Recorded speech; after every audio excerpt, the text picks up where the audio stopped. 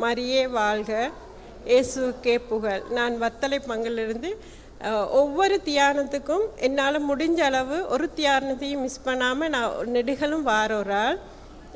என்னுடைய உறவு முறையான ஒரு தம்பிக்கு குடலில் கட்டி இருந்தது.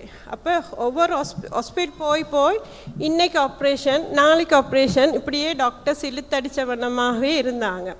அதுக்கு பிறகு நான் என் மாமிகிட்ட கால் பண்ணி கேட்டேன் என்ன அப்படி. அப்போ அவங்க சிச்சுவேஷனை சொன்னாங்க. அப்போ எனக்கு அவரை தனிப்பட்ட முறையில் அவரை இந்த சபத்தில் வச்சுட்டு அவரோட ஃபோட்டோவையும் அவங்க கொடுத்த விண்ணப்பத்தையும் போன ஜூன் 1 இங்கே கொண்டு வந்து ஃபாதர்கிட்ட கொடுத்து ப்ளஸ் பண்ணிவிட்டு விண்ணப்பத்தையும் வச்சுட்டு நான் போனேன். அவருக்கு என்ன சாப்பிட்டாலும் சக்தி வரும். அப்போ இங்கேருந்து நான் தியானம் முடிஞ்சு போய் ஈவினிங் கால் எடுத்து கேட்டேன், மாமி எப்படி இருக்கிறாரு தம்பி அப்படின்னு. அப்போ அவங்க சொன்னாங்க, இன்றைக்கி பசிக்குதுன்னு சொன்னார் மக, சாப்பாடு எது சரி கேட்டார்.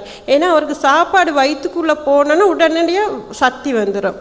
அதுக்கு பிற்பாடு நான் அன்றைக்கி அதை முடிச்சுட்டு அடுத்த நாள் மாமிகிட்ட கேட்டேன், மாமி சாப்பிட்டாரு? ஆமாம் மகள் சாப்பிட்டாரு, ஆனால் சக்தி போகலை அப்படின்னு சொன்னாங்க. அதுக்கு பிற்பாடு அந்த 6 மாதம் இன்றைக்கி ஆப்ரேஷன் நாளைக்கு ஆப்ரேஷன் அப்படின்னு இழுத்தடிச்சிட்டு இருந்த ஆப்ரேஷன் போன மாதம் 4 முடிஞ்சிச்சு.